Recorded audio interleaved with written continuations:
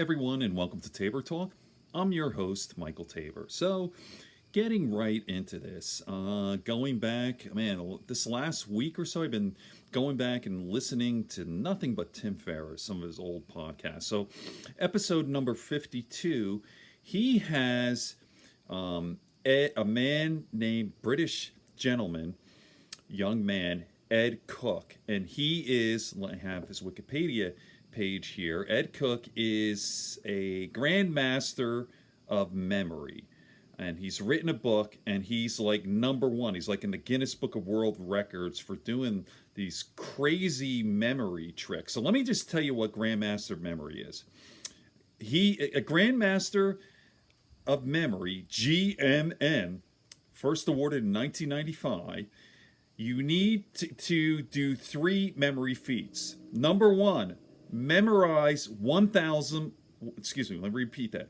Memorize 1,000 random digits in an hour. Number two, memorize the order of 10 decks of cards in an hour. And number three, memorize the order of one deck of cards in under 2 minutes. Okay, so people have said that I have what's called a photographic memory. So I can remember conversations when I was 6, 7 years old. I remember specific conversations. Things when I talk to old friends or whatever, when I try to like remember this, they're like, what? They completely forget. And I can remember, maybe it's not exact, but in my mind it seems to be. So I know I've always had a good memory. And even though I used to drink heavily, which is kind of weird, but anyway, what's interesting is Ed Cook says that people underestimate their power of memory in their minds. Like, you're way better than you think. And he has all of these mnemonic devices and mnemonic tricks that he uses. All right, so for example, and I think we've all heard this, like if you want to remember a series of like say a deck of cards, you have associate, like say the Queen of Hearts, like the Queen of Hearts is having an affair with this guy who's naked and this and that, like real outrageous things that are interesting to you or exaggerated and outrageous. And he even was going through this with Tim Ferriss, and he said, listen, you could remember this, your broom. And he went through the story, and he goes, tell me the story back.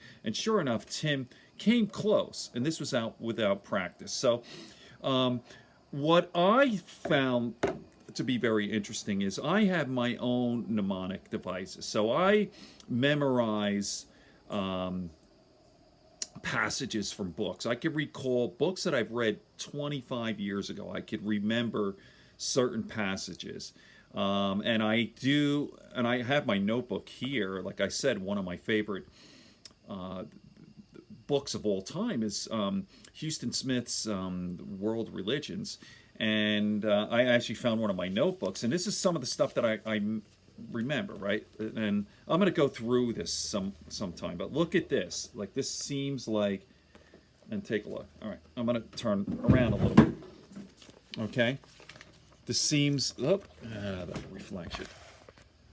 If you could see that. Oh, okay, that's better. Okay, so there are pages and pages. There's a whole notebook full of what looks like hieroglyphics. It looks like total chaos. But to me, I could read this. It makes total sense. So I have my own system, and essentially I'm doing the same exact thing. So for example, this book here, Biocentrism, I'm just grab this book on my table, says how life and consciousness are the keys to understanding the true nature of the universe. So I would probably take that if I wanted to memorize this. I might take like the first letter of the word, like HLACATK.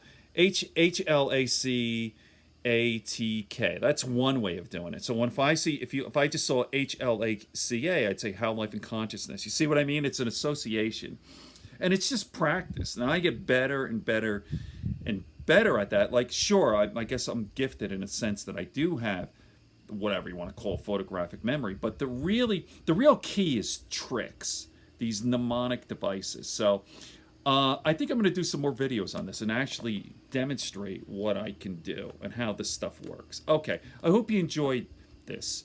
I certainly did. And go back to Tim Ferriss. This is back episode 52. I just finished listening to the first part 1, and then there's another one with this gentleman, Ed Cook. He's really a fascinating man. He's so interesting. Kind of reminds me of himself, the way he talks. He seems like he digresses, which I do. Like he talks really, really fast and a million things at once, and you have to follow him. You have to follow him close, or else you're gonna get lost. Kind of like me, right? Let me just show you a picture of him. Here he is. He's a British lad. Okay, he's a young man. He's only 37 years old. Okay. Okay, mnemonic devices here on Tabor Talk. Good friends, good books, and a sleepy conscience. Peace, love, and understanding.